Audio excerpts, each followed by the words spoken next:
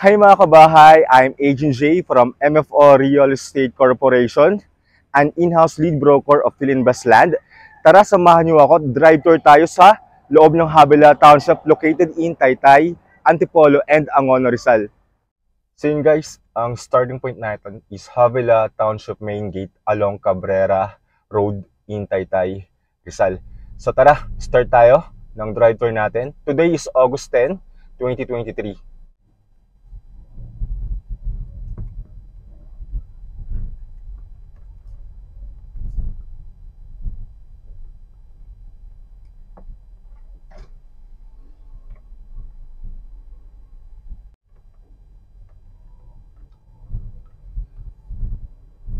So yung mga kabahay, nasa loob na tayo ng Havila Township. So yung road na to is called Havila Link Road. So ito po yung pinaka-access road ng Havila Township. So it has a length of 7 to 8 kilometers. So yun, ganito po kahaba talaga yung main access road ng Havila Township.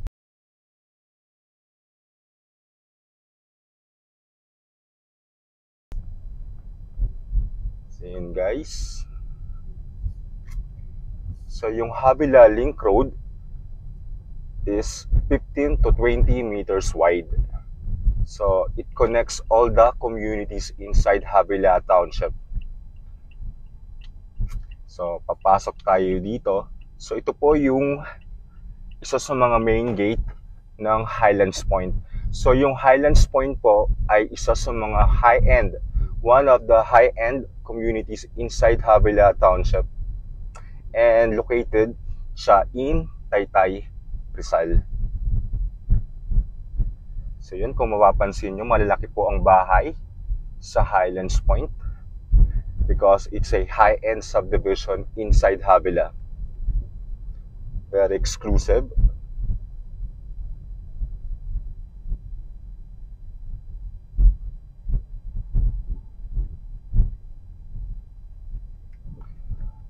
So yung terrain ng Highlands Point is rolling terrain. So may uphill, downhill, and yung iba naman is flat. And malalaki ang cut ng mga lupa sa Highlands Point. So nasa 300 square meter mostly ang mga lot cut dito. And yung remaining is mga resale lots na lang po. Kasi yung Highlands Point is a old, isa sa mga naunang project ni Philinvest Land here in Havila. So very developed na siya. Kaya ang mga binebenta namin dito is mga resale lot na lang.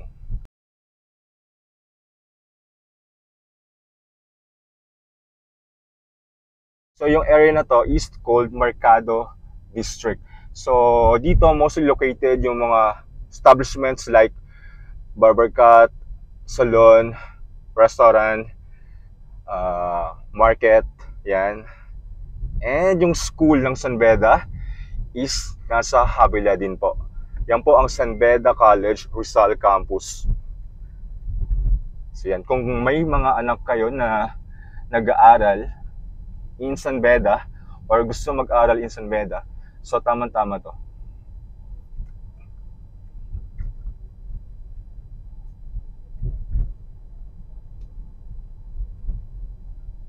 Ayan. So makikita natin dito naman yung main gate ng Villa Montserrat. Villa Montserrat is a mid-range subdivision inside Havila. So may Villa Montserrat 1, 2, and 3. So yung gate na to is BM1.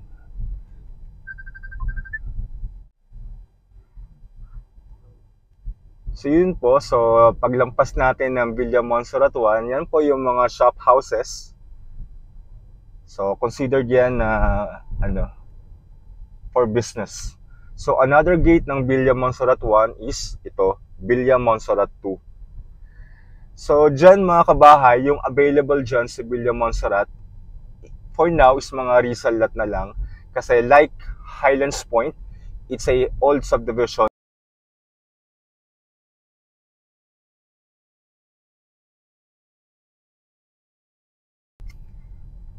Pero sa Villa Montserrat 1, ang mga available is mas malilit ang cut.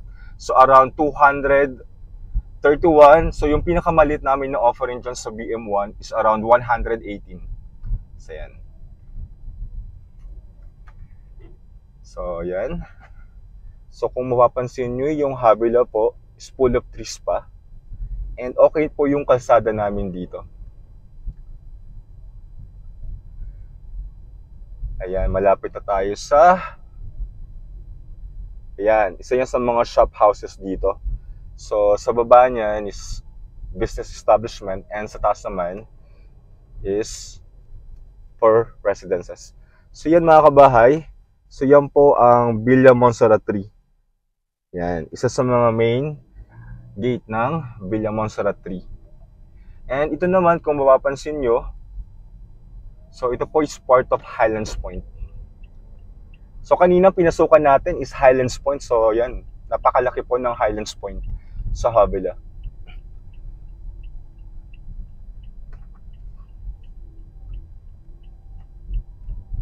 And then makikita natin ang main gate ng Highlands Point.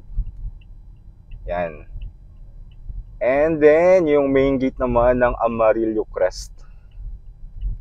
Yan. So kung mapapansin nyo, along Habila Link Road, located yung mga main gate ng subdivision. Yun. So kasi yung pinaka main access po talaga ng Habila is yung Link Road.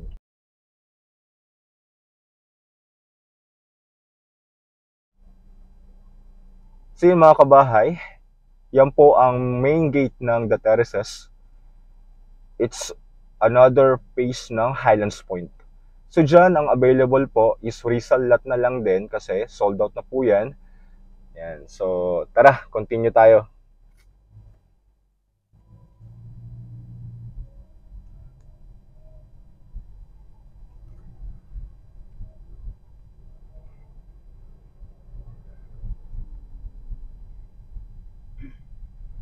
So yan. Yan. Yung pinapakita ko po ngayon is yung The Peak. So The Peak is our most high-end residential project or community inside Habila. So dyan is sold out na rin. And ang available for now on our MFR listing is mostly mga resale lot na lang. So yung average lot cut for The Peak is nasa 350 square meter. And yung available naman na resale lot in The Peak is 525 square meter. So yun, napakalaki po. And corner lot siya. So kung naghahanap kayo ng lot in The Peak, so please contact me na lang. Yan. So kung nagtatanong kayo, price per square meter in The Peak is around 53,000 na po.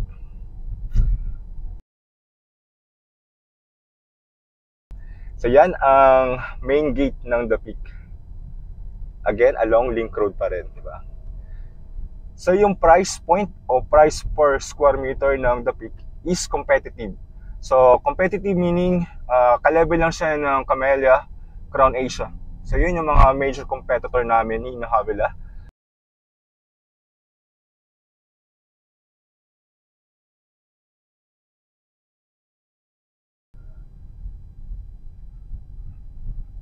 So yun. So ito is part pa rin to ng The Peak. And sa baba po niyan is our most affordable naman na project here in Habila. So it's a pre-selling project called Anila Park. So may Anila Park 1, Anila Park Townhomes, and yung Anila Park Residences, which is yung our most newly launched project here in Habila. So sa Anila Park Residences naman po, ang available is mga pre-selling house and lot package. Ayan, bago ako, hinto muna ako kasi ito po is Barangay Road. So may twin gates po tayo kasi sa sobrang laki po ng Habila, ayan, kailangan natin bigyan ng access yung mga barangay, di ba? Yan, twin gates po yan, so kabilaan. So ayan, nasa Link Road pa rin tayo ulit. Yan, pinakita ko po kaganina yan.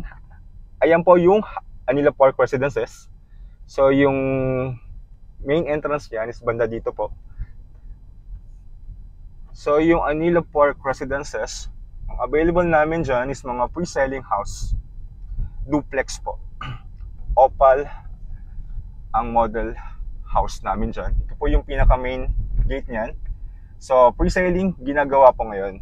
So, yung phase 1A is tapos na po. And yung another phase 1B, is on pre-selling. Yun. So, yan po ang pinaka-affordable namin na bracket here in Havila. So, yung mga houses dyan is nagre-range from 5.8. So, yun. Which is ka-level pa rin po ng Camellia. Mas mahal po actually ang Crown Asia, syempre. Pero Camellia, actually, yung price point po ng Philinvest, especially ng Anila Park, isa na po sa pinaka-lowest. Yun.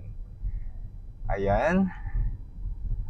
Havila Link Road pa rin tayo. So, dadaanan natin ang Mirror Valley. So, yung Mirror Valley is part na po ng Antipolo, which is pre-selling din ang ano nito, ang offering.